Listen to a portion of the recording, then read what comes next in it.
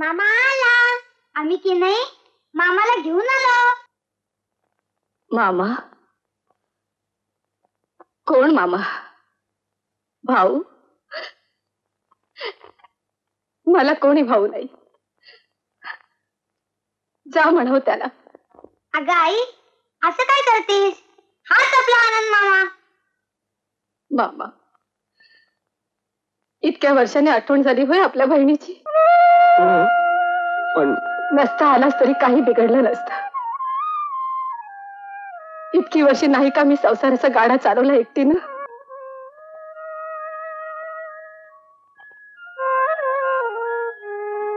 ताई, अगं इतके वर्ष मी परदेशात होतो, त्यामुळे मला इकडे काहीच कळलं नाही. आणि आज आपल्या घरी आलो तर तू असं तोडून बोलणारच मला?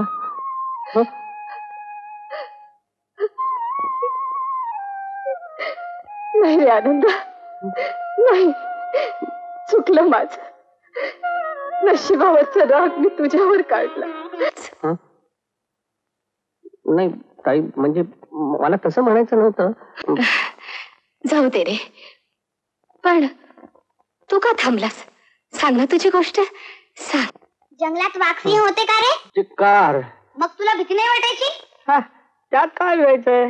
अरे मुकुंदा, लहान असताना कितीतरी वाघाची बछडी पकडून आणायचा तुमचा मामा. हो का रे मामा? हो ना, हो. ए मामा, तुला जंगलात वाघसिंह दिसले? ओ, दिसलं ना, खूप वेळेला दिसले. एकदा काय गंमत झाली? काय झाली? गंमतच झाली. अरे मी असं जंगलात फिरायला गेलो होतो आणि एकाएकी अशी लांबन वाघाची डरकाळी ऐकू आली रे. बापरे. समोर बघतोय तर काय, माझ्या समोर एक वाघ उभा होता. तो माझ्याकडे बघतोय, मी त्याच्याकडे बघतोय. तो माझ्याकडे बघतोय, मी त्याच्याकडे बघतोय. तेवढ्यात अशी दुसरी डरकाळी ऐकू आली. बघतोय तो काय, तिथे सिंह उभा होता. मी त्याच्याकडे बघतोय, तो माझ्याकडे बघतोय. मी त्याच्याकडे बघतोय, तो माझ्याकडे बघतोय. मी त्याच्याकडे बघतोय. मग तू काय केलंस मामा? मग मला आला राग. मी त्या दोघांची मानगूट अशी पकडली आणि दोघांची डोकी. अरे नको रे असल्या गोष्टी मुलाला सांगू. किती घाबरली बघ ती. झोपेत दचकून जागी होतात रे. मग नाही का आई, आम्ही घाबरलो नाही. आई किती शूर आहे का मामा? आहेच मुळे. वाघाच्या काकाला सुद्धा घाबरत नाही माझा आनंद. होय ना रे? हो ना. अरे वाघाला काय व्हायचं, त्यात वाघ असतो.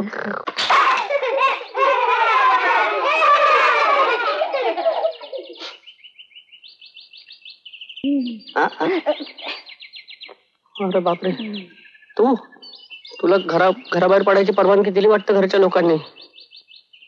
काय रे, तुला रे का पंचायती?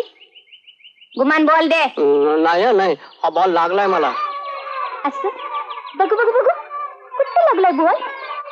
हळद लावू. अरे वा, डोळा फुटला असता म्हणजे मग दुसऱ्या बशीला असता आमच्या बैलाच्या. वेड्यासारखं बोललं म्हणजे कोणी शहाणं म्हणत नाहीत. अर्थात वेडीशी काय बोलायचं म्हणा.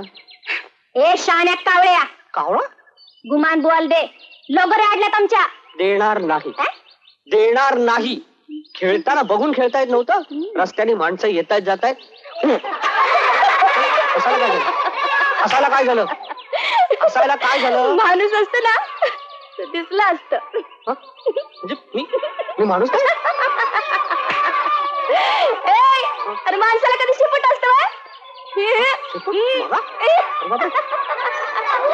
तुझ्या शेंडीला शेर भरतो. चोप. तुझ्या शेंडीला शेर भरतो. चोप. तुझ्या मला शेपट्या लावतायत स्वतः माकडे. आईला माकडाला शिवी दिल्या त्याच्याकडं. आता घ्या चेंडू. ए तुझ्या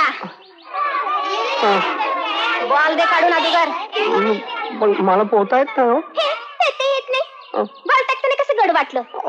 अगोदर बॉल काढून दे, नाहीतर येसन गावून हिरी ढकले. मला खरंच पोहता येत नाही. खरंच पोहता येत नाही मला. जाऊ दे. दे काढून तुझ्या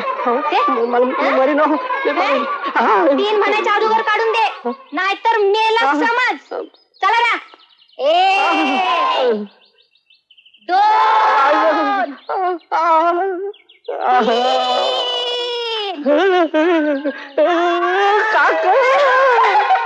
नाही, आता मुदत मिळणार नाही. पण सावकार, तुम्ही माझी परिस्थिती जाणता आहात. म्हणून तर इतके वर्ष थांबलो. आता थांबता येणार नाही. या महिन्या अखेर जर पैसे मिळाले नाही तर आम्हाला जमिनीचा तुकडा ताब्यात घ्यावा लागेल. नको सावकार, असं नका करू. आणखीन थोडे दिवस थांबा. माझा भाऊ नुकताच आला इथं. वेडो, काहीतरी करून. मुकुंदा, अरे शाळेत जायचं ना. आनंद आलास? आनंद, सावकार, हा माझा भाऊ आनंद. आणि आनंद, हे नमस्कार. आपल्या गावचे सावकार बरं का, फार मोठे सावकार आहेत. नमस्कार. काय काम होतं आपलं? सांगतो. तुमच्या बहिणीच्या नवऱ्याने जमिनीचा तुकडा घाण ठेवून आमच्याकडून पैसे घेतले. त्याची मुदत या महिन्या अखेर संपणार. जर पैसे मिळाले नाही तर जमिनीचा तुकडा ताब्यात घ्यावा लागेल. नाही, तुम्हाला असलं काही एक करता येणार नाही. नवीन कायदा निघालाय, माहित नाही वाटतं तुम्हाला? कायद्याची भाषा सोडा. इथं आम्ही करू तो कायदा. अर्ध गाव आमच्या ताब्यात आहे. पुन्हा जर कायद्याची भाषा बोललात तर ध्यानात ठेवा. येतो आम्ही. पुन्हा येऊ तर जमिनीचा तुकडा ताब्यात घ्यायलाच येऊ. काय असं वाटतं की आता काही वाटलं तरी त्याचा काही उपयोग नाही. अरे, गावातले सारे गुंड त्याच्या ताब्यात आहेत. म्हणून काय झालं? आपण पोलिसांकडे तक्रार करू. त्याचाही काही उपयोग नाही. आपलंच नशीब म्हणायचं आणि गप्प बसायचं. नाही, हे बघ, मला हे सांग, वेणू आणि मुकुंदा काय करतायत? त्यांची शाळेत जायची वेळ नाही का झाली? हं, ती आहेत की आत.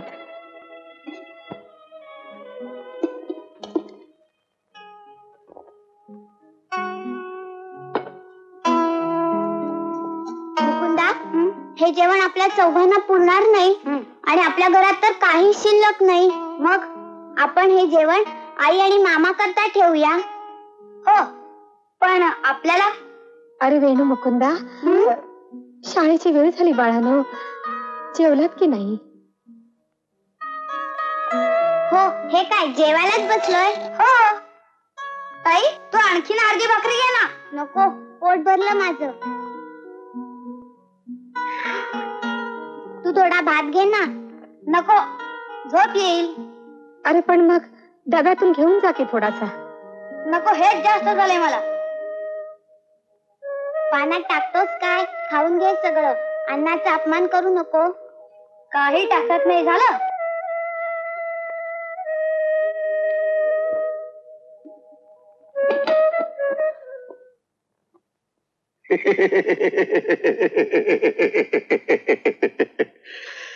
गरज लागली म्हणजे सावकार दिसतो, तेव्हा सरकार दिसत नाही काय. मला कायदा शिकव.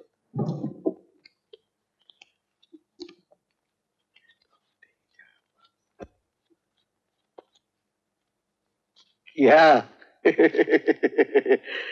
घ्या, मोजून घ्या.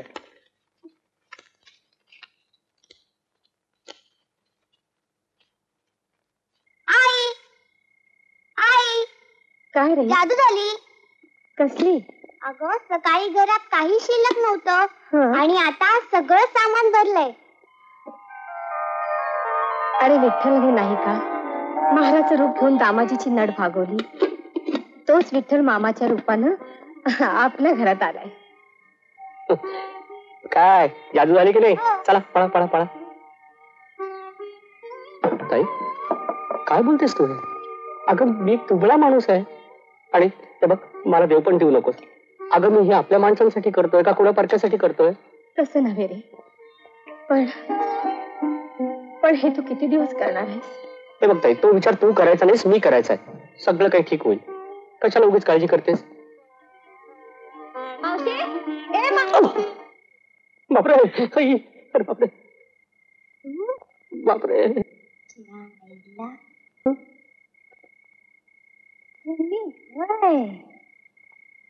ती वेडी इथं मिळाली. आता मेलो मी.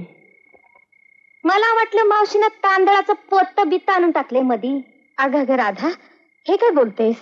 माझा भाऊ आहे तो आनंद. नमस्कार व मावशीचं भाव. ते ताई, हं? अगं वेडीला घरात कशाला येऊ देतेस? शुभ्रे, हं? ती कुठली वेडी? चांगल्या शाण्याला वेडी बनवील. मग तो शिरप्या का कोण? त्यांनी मला सांगितलं ही फार कामात नाही गेलेली केस आहे म्हणून. हा, मड गेलं त्या शिरप्याचं. हं? मावशी घरात जरा अडचण होती ना म्हणून येत आलं नाही. असू दे ग, मुलाने केलाय स्वयंपाक.